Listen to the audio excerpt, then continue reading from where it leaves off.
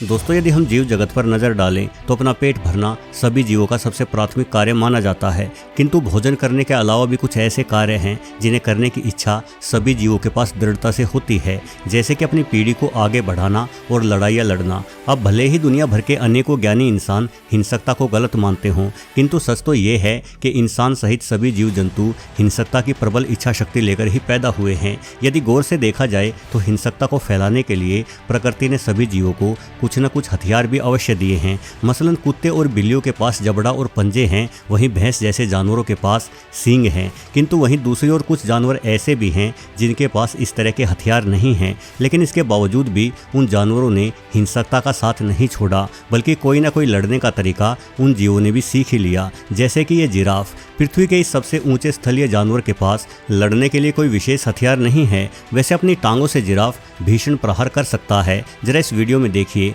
इस शेर के ऊपर जिराफ ने अपनी टांगों से क्या शानदार प्रहार किया है। लेकिन जिराफ के मुकाबले में शेर बहुत ही कम ऊंचे होते हैं, इसलिए शेरों पर टांगों से वार किया जा सकता है। किंतु यदि दो जिराफ आपस में लड़ें तो इनके लिए एक दूसरे पर टांगों से वार करना संभव नहीं है, और ना ही जिराफ बेचारे के पास सींग होते हैं। हालांकि जिराफ को पूरी तरह से सींग विहीन जानवर नहीं माना जा सकता। इनके सर पर भी अक्सर सींग दिखाई दे जाते हैं, किंतु ये सींग अधिक मजबूत नहीं होते। ये कार्टिलेज से बने हुए होते हैं। कार्टिलेज ऊतकों का समूह होता है जो मुख्य रूप से हड्डियों के बीच में स्थित होता है। ये पदार्थ काफी लचीला रहता है, इसलिए इसके द्वारा मजबूत सींग का निर्माण हो ही नहीं सकता। साथ ही जिराफ के ये सींग उसकी त्वचा से भी ढके हुए होते हैं, जिस वजह से इनके द्वारा वार किए जाने से खुद जिराफ को भी चोट पहुंचने का खतरा रहता है। यही कारण है कि जिराफ इन सींगों का इस्तेमाल लड़ने के लिए नहीं करता, लेकिन लड़ना तो आखिर जिराफ को भी है। इसलिए जिराफ ने लड़ाई का एक अनोखा तरीका सीख लिया है। अपनी आपसी लड़ाई में ये जानवर अपनी विशालकाय गर्दन को ही प्रयोग में लाता है। दो जिराफ एक दूसरे पर गर्दन से प्रहार करते हुए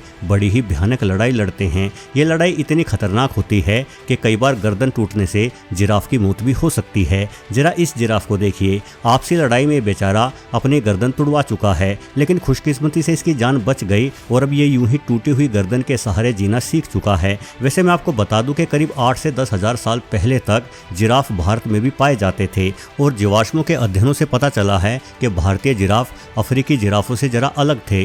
भारतीय जिराफों के पास मजबूत और नुकीले सींग भी हुआ करते थे, लेकिन अब किन्हीं अनजान कारणों से भारतीय जिराफ विलुप्त हो चुके हैं। दोस्तों, अगर भारतीय अफ्रीका की बजाय हम ऑस्ट्रेलिया की बात करें तो यहाँ कंगारू नामक एक अनोखा जीव पाया जाता है। कंगारू धरती के कुछ उन अनोखे और दुर्लभ जीवों में से एक है जिनके पास अपने बच्चों को उठाए रखने के लिए प्रकृति ने गोद दी है। मादा कंगारू अपनी इस गोद या कहिए थैली में एक साथ कई बच्चों को उठाए रहती है। वैसे मादा कंगारू ज्यादा लड़ाई नहीं करती। इन बेचारियों के पास तो बच्चों को पालने से ही फुर्सत नहीं है, किंतु नर लड़ने का कोई मौका नहीं चूकते। चाहे मादा को हासिल करने की बात हो या फिर ताकत आजमाने की, मौका मिलते ही दो नर एक दूसरे पर टूट पड़ते हैं। लेकिन जिराफ की ही भांति कंगारू के पास भी लड़ाई लड़ने के लिए कोई विशेष हथियार दिखाई नहीं पड़ता। ऐसे में इन्होंने भी एक अलग ही तकनीक विकसित कर ली है। कंगारू की पूंछ बड़ी ही मजबूत होती है, इतनी मजबूत कि यह पूंछ कंगारू के शरीर का पूरा वजन उठा सकती है। ऐसे में कंगारू अपनी अगली टांगों यानी हाथों से अपने विरोधी को पीछे धकेलते हुए अपनी पूंछ पर अपना भार लाते हैं और अपनी पिछली टांगों से विरोधी को चोट पहुंचाते हैं। इनके लड़ने का यह तरीका कुछ कुछ बॉक्सिंग जैसा ही लगता है, किंतु किन्हीं बॉक्सरों की लड़ाई में और कंगारू की लड़ाई में बड़ा ही अंतर होता है। आमतौर पर बॉक्सर एक दूसरे के चेहरे पर वार करते हैं, किंतु कंगारू लड़ते समय एक दूसरे के गुप्तांगों पर हमला करने की चेष्टा करते हैं। हालांकि प्रकृति ने इस समस्या का भी समाधान किया हुआ है। कंगारू लड़ाई लड़ते समय अपने गुप्तांगों को अपने पेट की त्वचा में अंदर की ओर खींच लेने में सक्षम हैं, जिस वजह से इनके गुप्तांग जल्दी से चोटिल नहीं होते। लेकिन गलतियां तो होती रहती हैं। कई बार वार इतना जोरदार होता है कि गुप्तांग पर काफी गहरी चोट लग जाती है, जिस कारण कंगारू की मौत भी हो सकती है। वैसे ज्यादातर मौकों पर कंगारुओं की लड़ाई एक दूसरे की शक्ति को जांचने के लिए ही होती है। जैसे ही इन्हें लगता है कि सामने वाला प्रतिद्वंदी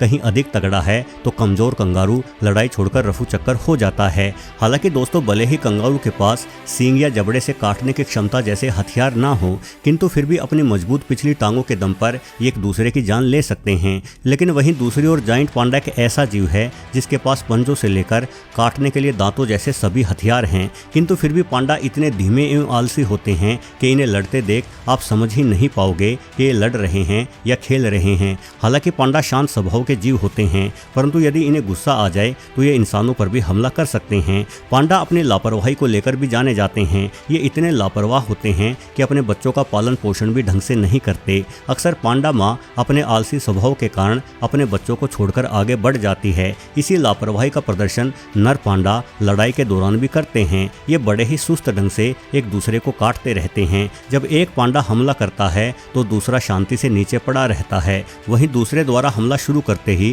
पहले वाला शांत हो जाता है, मानो ये बारी बारी से एक दूसरे को काटने का अवसर दे रहे हों। आपने हॉलीवुड एनिमेटेड फिल्म कुंग फू पांडा अवश्य देखी होगी, जिसमें एक पांडा हंसते हंसते मजे में लड़ाई लड़ता रहता है। बस असल जीवन में भी इस जीव की लड़ाई कुछ इसी प्रकार की होती है। पांडों की लड़ाई अक्सर बेमतलब की लड़ाई होती है। दो पांडों को लड़ता देख कई बार तीसरा पांडा भी इस लड़ाई में शामिल हो जाता है। कई बार तो बिना कारणों के ही मादाएं भी लड़ना शुरू कर देती है। कोई नहीं जानता कि आखिर लड़ा क्यों जा रहा है। इसी तरह से एक दूसरे के साथ लड़ते हुए पांडवों को कई घंटे बीत जाते हैं और इनके लड़ाई के विजेता का फैसला भी बड़ा ही अनोखा होता है। असल में जो पांडा अधिक मार खाता है वही इस लड़ाई का विजेता बन जाता है। इसका कारण ये है कि पांडा के शरीर पर लंबे बाल होते हैं, जिस वजह से इन्हें अपने प्रतिद्वंदी द्वारा काटे जाने से कोई विशेष दर्द नहीं होता। वहीं बेचारा प्रतिद्वंदी हमला करते करते थक जाता है और मारे थकावट के अपने आलसी स्वभाव के कारण वो पांडा हार मानकर लड़ाई छोड़कर चला जाता है।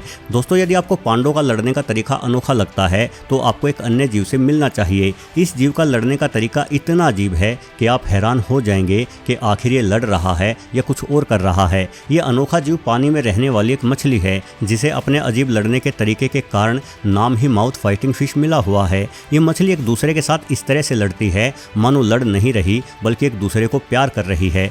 शुरुआत में दो माउथ फाइटिंग फिश एक दूसरे की आंखों में प्यार से देखती हुई प्रतीत होती है, हालांकि देखती ये नफरत से है। उसके पश्चात अपना विशाल मुंह खोलकर एक दूसरे को डराती है और फिर शुरू होता है चुंबन का एक लंबा दौर, जो कि असल में लड़ाई का दौर है। इस तरह से मुंह से लड़ने वाली मछलियों की कई उपप्रजातियां पाई जाती है, जिन्हें बीटा या कराबी जैसे नामों से जाना जाता है। ये मछलियां सिर्फ समुद्रों में ही नहीं बल्कि कई नदियों में भी निवास करती है। माउथ फाइटिंग फिश अक्सर अपने इलाके के लिए एक दूसरे के साथ लड़ाई करती हैं और इस लड़ाई में आमतौर पर जीत उस मछली की होती है जिसका मुंह सबसे बड़ा और होंठ सबसे मोटे हों, क्योंकि वो मछली अपने दुश्मन को अधिक जोर से दबोच सकती है।